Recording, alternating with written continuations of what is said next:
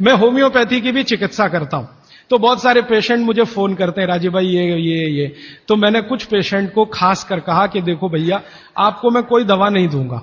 तो कहने लगे फिर बीमारी कैसे ठीक होगी? मैंने कहा एक ही काम करो, मिट्टी की दाल खाना शुरू करो, मिट्टी की हांडी में रखी हुई दाल खाना शुरू करो, चावल खाना है तो मिट्टी की हांडी का।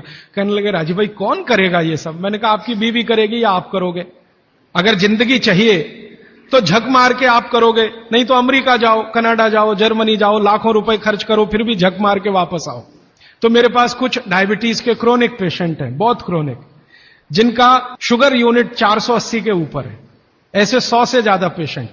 वो 8 से 9 महीना हो गया नियमित रूप से मिट्टी की दाल और मिट्टी का चावल, माने हांडी की दाल और हांडी का चावल, हांडी की खिचड़ी नियमित रूप से खा रहे हैं। और अब तो उन्होंने मिट्टी का तवा भी ले आया अपने घर में रोटी बनाने के लिए।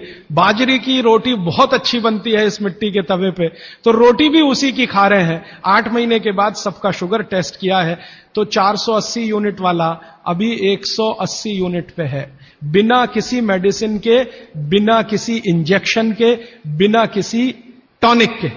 और होम्योपैथी की कोई दवा नहीं दी मैंने उनको। कुछ लोगों को ज्यादा परेशान थे, दवा भी दो, उनको प्लेसिबो दे दिया। प्लेसिबो समझते हैं? खाली गोली, दवा नहीं डाली। तो पेशेंट को लग रहा है कि मैं दवा खा रहा हूं, दवा खा के अच्छा हो रहा हूं। मुझे मालूम है कि वो कोई दवा नहीं है, वो प्लेसिबो है, वो अच्छा हो रहा है उस मिट्टी की दाल खा के, मिट्टी का चावल खा के, मिट्टी की खिचड़ी खा के। रिजल्ट ये है।